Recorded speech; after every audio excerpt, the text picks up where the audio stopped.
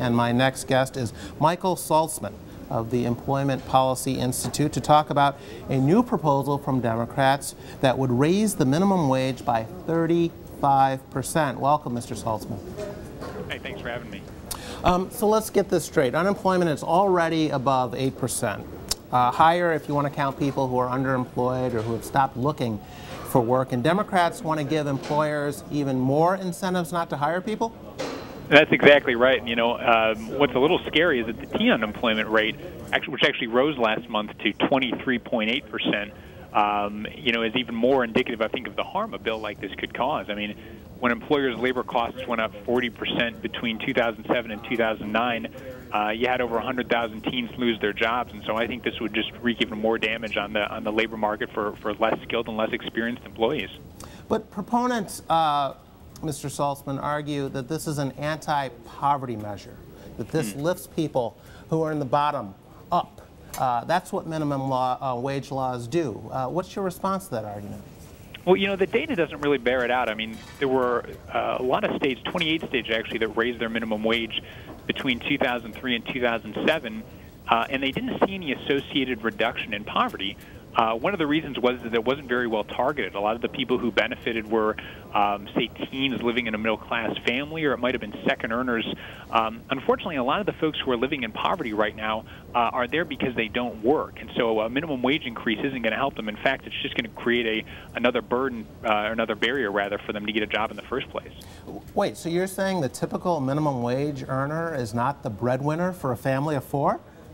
That's right. In fact, if you look at the data from the last time around, only about 1 in 5 of the people who benefited from the federal minimum wage increase sort of fit the typical, you know, picture of a minimum wage employee as a single parent supporting children. And for those, even for those employees, you know, we actually have a very generous earned income tax credit right now. So it really isn't well targeted. And then you do have that issue of unintended consequences where again, it becomes more expensive to hire people and fewer of them find jobs. So you're pricing younger, less experienced workers out of the labor force.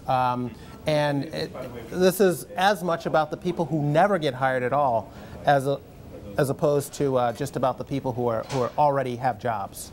I think that's exactly right. I mean, I think the worry is that there are people who grow discouraged and then just decide not to look for a job because that first step on the career ladder has become that much higher for them. And these are folks who are sort of losing out on the soft skills or sort of the curriculum that helps people get ahead in life, that help them get that next job and that better paying job. What about the argument that the minimum wage would already be around $10 an hour if it had been indexed to inflation, so an increase isn't going to make that much of a difference? Sure. You know, it's sort of a cute bit of rhetoric where the advocates of this bill are kind of picking the year where the numbers work out best for them. If the minimum wage had been indexed for inflation since it was first started in 1938, it would only be $3.99 today. I think it's kind of a pointless exercise because the point is minimum wage employees haven't been stuck at that wage. They've been earning raises all along, and the typical minimum wage employee is earning a raise in their first 1 to 12 months on the job. The key is making sure that they have the job so they can get the experience and get the raise.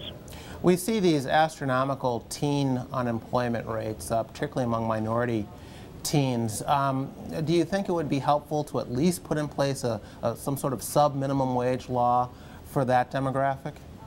I do think so. You know, we currently have a sub-minimum wage law at the federal level, but it comes with some caveats. For instance, you can only pay it for 90 days after you hire them.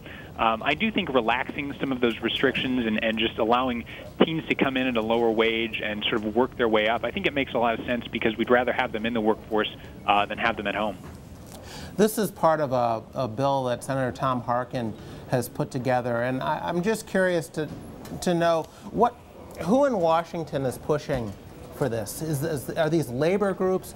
Who's behind? Who are these proponents that push for higher minimum wage laws? Because it seems to me that they often come from the left politically, yet it's that constituency, the people that the left claims to represent, the poor, the minorities, who seem disproportionately harmed by these policies.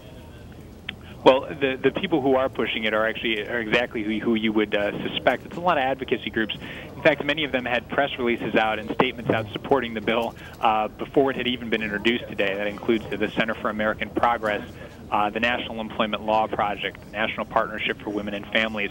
And so these are groups that sort of have a track record of pushing legislation like this.